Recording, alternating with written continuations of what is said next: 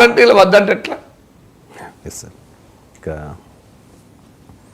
చలికాలం కదా సార్, చాలామందికి జలుబు, ఆయాసం, ఉబ్బసం ఇలాంటి ప్రాబ్లమ్స్ ఉన్నాయి. నేను కూడా సఫర్ అవుతున్నాను వాస్తవంగా చెప్పాలంటే. అంటారు కదా సార్ పెద్దలు, గంగి గోవు పాలు గరిటెడైన చాలు కడివడైన నేమి కరము పాలు అని చెప్పి. అంటే గాడిద పాలను చాలా తక్కువగా తీసి పడేశారు. కానీ అదే గాడిద పాలు ఇప్పుడు ఈ జలుబు, ఆయాసం, ఉబ్బసం ఇలాంటి వ్యాధులన్నిటికీ పనిచేస్తాయనేది ఒక నమ్మకం. ఆవు పాలు మార్కెట్లో 100 రూపాయలు సార్ మ్యాక్సిమం లీటరు. కానీ గాడిద పాలు 7,000 రూపాయలు సార్. ఏంటి దీని వెనక ఏమైనా శాస్త్రీయత ఉందా? పాలు గాడిద ఇవ్వాలనుకుంటాను. గాడిద 1.5 లీటర్ ఇస్తుందండి సార్. అదే మరి నాకు తెలియదు. డిమాండ్ అండ్ సప్లైలో కూడా ఉంటుంది కదా. ఆవులు ఉన్నంత విరివిగా గాడిదలు ఉండవు కదా. సో అందువల్ల ఆ డిమాండ్ అండ్ సప్లైని బట్టి ప్రైస్ డిసైడ్ అవుతుంది. సో మీకు అఫ్కోర్స్ ఆవు పాలకు ఉన్నంత డిమాండ్ గాడిద పాలకి ఉండదు. ఆవు పాలు లీటర్లు తీసుకుంటాం ప్రతిరోజు, గాడిద పాలు తీసుకోలేం కదా. బట్ ఏదైనా ఇప్పుడు అది నమ్మకమే కాదు, శాస్త్రం కూడా. ఇప్పుడు మనకు నేనేం ఆయుర్వేదం నిపుణుని కాదు, ఆయుర్వేదంలో ప్రవేశం ఉన్నవాని కాదు. కానీ జర్నలిస్ట్గా అన్ని జాక్ ఆఫ్ ఆల్ ట్రేడ్స్ అంటాం కదా. సో మనం అన్నీ నేర్చుకోవాల్సిందే, అన్నీ చదవాల్సిందే. ఎకనామిక్స్ నుంచి ఎలక్ట్రానిక్స్ వరకు, స్పేస్ నుంచి ఆయుర్వేదం వరకు. నాకు తెలిసినంత వరకు ఆయుర్వేద మూల గ్రంథాలైన సుశ్రుత సంహిత, చరక సంహిత, ఈ రెండు అందరికీ తెలుసు మనకు. సుశ్రుతుడు, చరకుడు ఆయుర్వేద పితామహులు. ఆ రెండు గ్రంథాలతో పాటు వాగ్భట్టుడు రచించిన అష్టాంగ హృదయము, అష్టాంగ సంగ్రహం, ఇది కూడా ఆయుర్వేదిక్ మూల గ్రంథాలుగా భావిస్తారు. అంటే సుశ్రుత సంహిత, చరక సంహిత, అష్టాంగ హృదయం, అష్టాంగ సంగ్రహం, ఈ మూడిట్లో కూడా గాడిద పాలు గురించి రెఫరెన్స్ ఉంది. ముఖ్యంగా 2 రకాల రెఫరెన్స్ ఉంది. ఒకటి మీరు చెప్పినట్లు రెస్పిరేటరీ ప్రాబ్లమ్స్. నాకు కూడా గుర్తు, చిన్నప్పుడు ఈ ఆయాసం ఉంటుంది పిల్లలకి ఎవరికైనా, తర్వాత దగ్గు, క్రానిక్ కాఫ్ ఇట్లున్నప్పుడు మా అమ్మ కూడా నాకు గాడిద పాలు పోయించింది. అందువల్ల గాడిద పాలు సేవించిన వ్యక్తులు నేను అవన్నీ. సో అందువల్ల గాడిద పాలకు శాస్త్రీయంగా మెడిసినల్ ప్రాపర్టీస్ ఉన్నాయి అన్నది ఆయుర్వేదం కూడా అంగీకరిస్తుంది. కానీ మనకు అర్థం కావాల్సింది వాటిని మనం ఇష్టమైనట్టు తీసుకోకూడదు. చాలామందికి ఇక్కడే డిఫరెన్స్. ఔషధము గుణాలు ఉండడం వేరు, ఔషధం వేరు. ఇప్పుడు మీకు ఉదాహరణకు పసుపుకు క్యాన్సర్ను నిరోధించే గుణం ఉంది. దానిపైన పెద్ద రీసెర్చ్ కూడా జరుగుతుంది ప్రపంచవ్యాప్తంగా.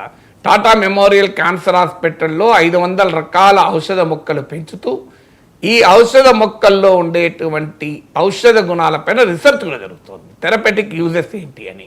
అందువల్ల పసుపులో ఉన్న ఔషధ గుణం అందరికీ తెలుసు అని చెప్పి మీరు క్యాన్సర్తో బాధపడుతున్న వ్యక్తికి రోజొక 1/4 కిలో పసుపు తినిపించామనుకోండి, పసుపు వాటర్ తాగించామనుకోండి, క్యాన్సర్తో పసుపుతో పోతారు.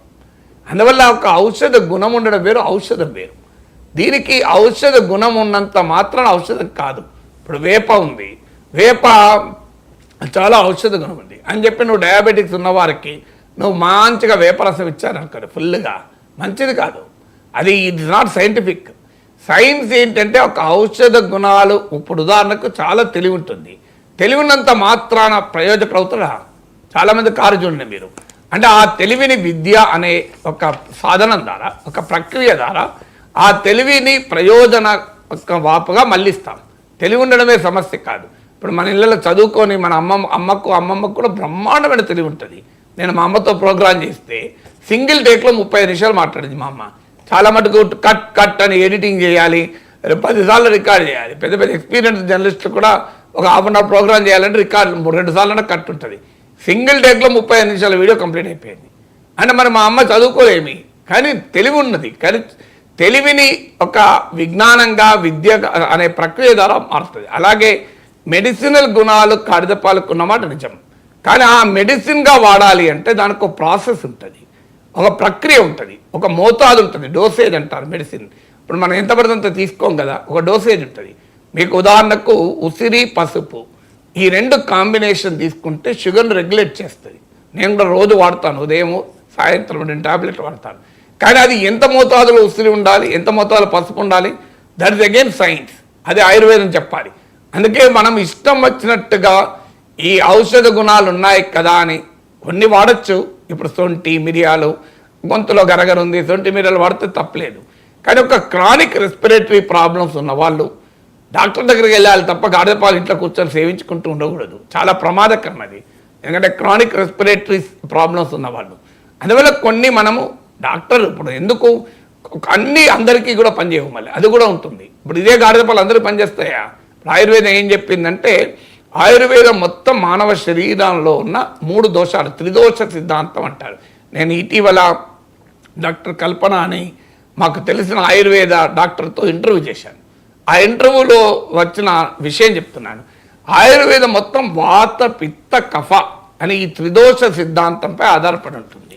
ఇతర వాటితో పాటు ఇందులో కఫ ఇంబ్యాలెన్స్ ఉన్న వారికి ఇది ఎక్కువ దీన్ని వాడడం ఒక రకంగా ఉంటుంది. వాత పిత్త దోషాలు ఉన్నప్పుడు ఒక రకంగా ఉంటుంది. అందువల్ల నాకు తెలిసినంత వరకు ప్రధానంగా కఫ ఇంబ్యాలెన్స్ ఉన్న వాళ్ళకు గాడిద పాలు పనిచేస్తాయి అనుకుంటాను. అందువల్ల ఇవి నీ గుణాలు కేవలం రెస్పిరేటరీ కాదు, మీకు కుష్టము అంటారు ఆయుర్వేదంలో కుష్టం అంటే స్కిన్ రిలేటెడ్ డిసీజెస్ కూడా గాడిద పాలు పనిచేస్తాయి. మీకు ఈ ఉదాహరణకు సోరియాసిస్ ఇట్లాంటి వాటికి కూడా ఎగ్జిమా, సోరియాసిస్ కూడా పనిచేస్తాయి. కానీ ఏదైనా అది సైన్స్, అంటే గాడిద పాలు మనము సొంతగా స్వీకరించడం కాదు. ఇప్పుడు కొన్ని నమ్మకాలు మనకు ఉంటాయి. కొన్ని నమ్మకాలను పసుపు కాళ్ళకు రాసుకుంటే మనం పసుపు యాంటీసెప్టిక్, నిజం అది సైన్స్, దానివల్ల నష్టం కూడా లేదు. కానీ ఉదాహరణకు కంజక్టివైటిస్తో ప్రాబ్లం ఉన్న వాళ్ళకు తల్లిపాలు పోయండి కళ్ళల్లో అని చెప్తారు. నేను ఒకరోజు పెడియాట్రిషియన్ అడిగాను, చాలా ప్రమాదకరం అండి, అది వైరల్ కంజక్టివైటిస్ లాంటివి అయితే ఈవెన్ కళ్ళే పోవచ్చు అని. అందువల్ల మనం అన్నిటినీ ఔషధ గుణాలు ఉన్నాయి కదా అని మనం ఇష్టం వచ్చినట్టు చేయకూడదు. కొన్ని మనము తరతరాలుగా ఇంట్లో వస్తున్న, ఇప్పుడు మీకు దగ్గు వస్తుంది, తులసి, ఓమ, కరక్కాయ ఇవన్నీ వేసి నూరి తమలపాకు వేసి కషాయం తాగుతాం, ఏం ప్రాబ్లం లేదు. గాడిద పాలకు కూడా ఈ కషాయ గుణం ఉంటుంది, లఘు గుణము కషాయ గుణాలు ఉంటాయి. అందువల్ల అది వేరు. కానీ ఇది ఔషధంగా తీసుకోవడం వేరు. ఔషధంగా తీసుకున్నటప్పుడు మాత్రం ఎవరికి పనిచేస్తుంది, ఏ ప్రక్రియలో దాన్ని వాడాలి, ఎంత మోతాదులో వాడాలి, ఏ కండిషన్ ఉన్నప్పుడు అది పనిచేస్తుంది, ఇవన్నీ ఆయుర్వేద శాస్త్రం, నీ సొంత సిద్ధాంతాలు కావు. అందువల్ల ప్రకృతిలో అనేకమైన అద్భుతమైన ఔషధ గుణాలున్న వనరులు ఉన్నాయి. కానీ వాటిని వాడేటప్పుడు మన సొంత కవిత్వం కాదు. Take a advise of a trained qualified ayurvedic physician.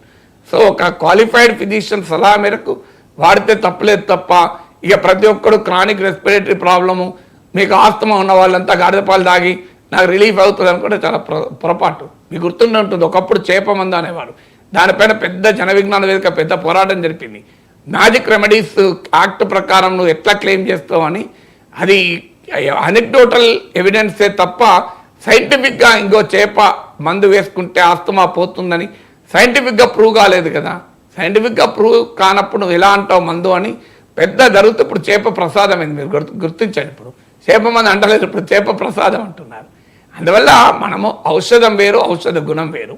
ఔషధ గుణాలున్నంత మాత్రం దాని ఔషధంగా సెల్ఫ్ ప్రిస్క్రిప్షన్ ఎప్పుడు చేయకూడదు. You should go by the doctors advice.